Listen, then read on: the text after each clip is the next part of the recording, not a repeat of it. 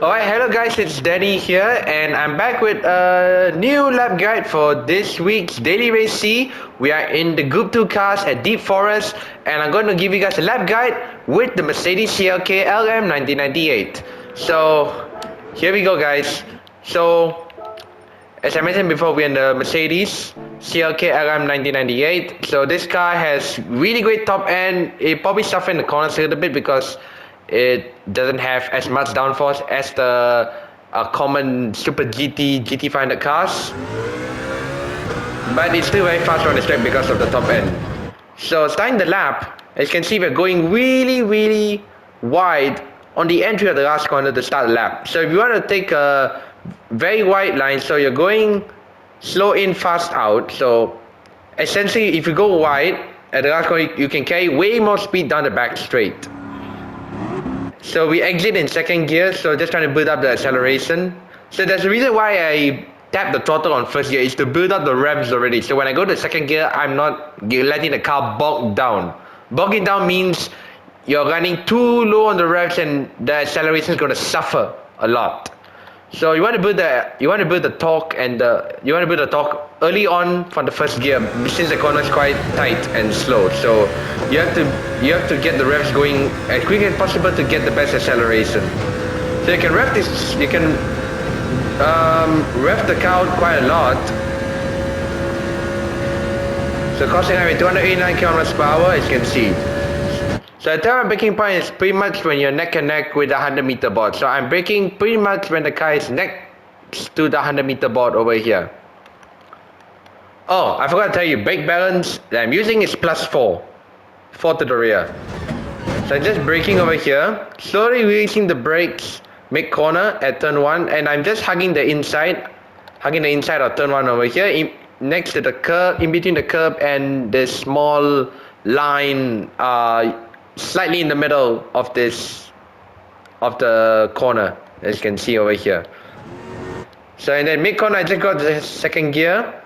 I'm slowly reducing the steering input as I'm applying the throttle. If you're turning too much while applying the throttle on this car, you're gonna lose the rear end a little bit of this car, because it does understeer a lot if you're coasting a little bit. So you want to be careful with both the steering and the throttle inputs with this car. So I'm already full throttle over here in second gear. I just bring the steering back to the center as it's already starting to rotate under acceleration.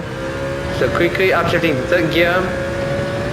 So for the SS over here, I'm pretty much starting to brake just as the car is pointing at those right-handed signs over there.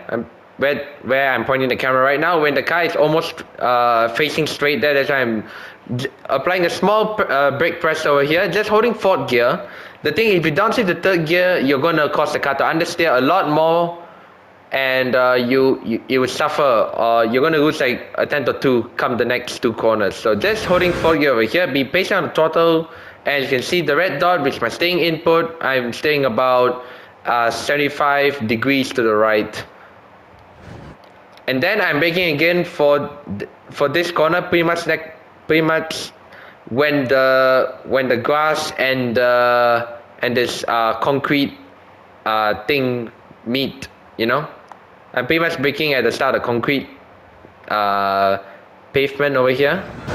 So just hugging the inside, just riding the curb a little bit. You don't want to place the car on this bumps over here, or else you're going to unsettle the car and you get a 1 second penalty from cutting this part of the track.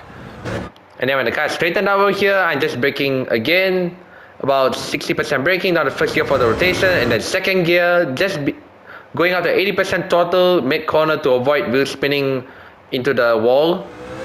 And then I'm already full throttle when the car is kind of straightened up, so we did a sector 1 of a 22.1.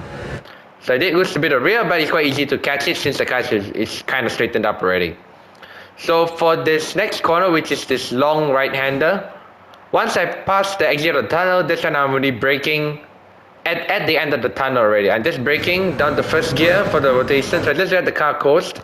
Once I pass these right-handed signs over here, and I'm pretty much facing pretty much very close to the start of the tunnel, I can pretty much full throttle already, and I just apply full throttle when I'm at the entrance of this tunnel already But be mindful of the steering input. You don't want to turn the car too much or else you're going to understeer more. So keeping the steering at a minimum, because again this is a high downforce car. The general rule is turn as less as possible to maximize most of the downforce, so you can carry more speed whilst reducing the chances of understeer throughout the corners. So full throttle over here, this section. So your next braking point for this downhill left-hander before the back straight is pretty much when your car is next to the second bollard in the middle of the apex. And you can see the way I cut this corner is that I place half the car on the track and half the car on the right-hand side of the curb.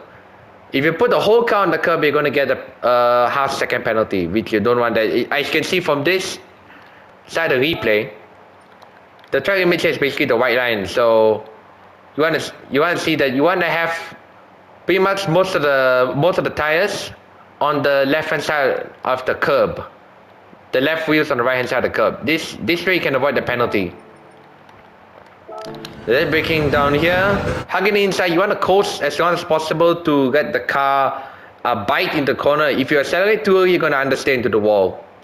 So I just accelerate when you have to feel that you're not understeering anymore. Then you can just floor it whilst maintaining a smooth steering input down the hill over here, going wide. And you're braking just as you are approaching, just as you reach the middle of this bridge here, you're braking a straight line. So you're braking a little bit, releasing the brakes out the middle of the apex, up the second gear and accelerating as early as you can, because you're getting a headwind. Your car won't suffer from excessive wheel spin when you are accelerating earlier from the apex. So crossing sector 2 with a 49.772, and for the last corner your braking point is pretty much okay. You have two braking points here. You can pretty much brake at the start of the saddle here, you can brake a little later at the underboard. I broke at the neck and neck with the underboard, which will give you a pretty wide line. Ideally you want to nail for the apex here, but I went a little off the apex. As you can see, it's a little off, but I got a slightly better exit off the final corner. So I'm just trying to build the acceleration, just tapping the throttle a little bit in second gear.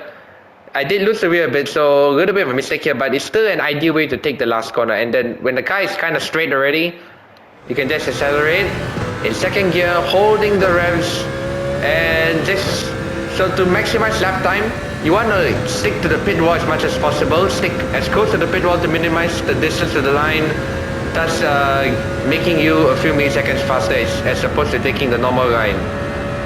So yeah, that's pretty much a lap around Deep Forest in the Mercedes CLK for this week's Daily Race C at Deep Forest with Group 2 cars. So I hope you guys enjoyed this lap guide. So just make sure to have fun this week, because the racing here is very good this week. So yeah, I hope you guys enjoy. Hope you guys enjoy the lap guide. Hope to see you guys up there on the leaderboards, and I'll see you guys in the next video. Take care and bye bye.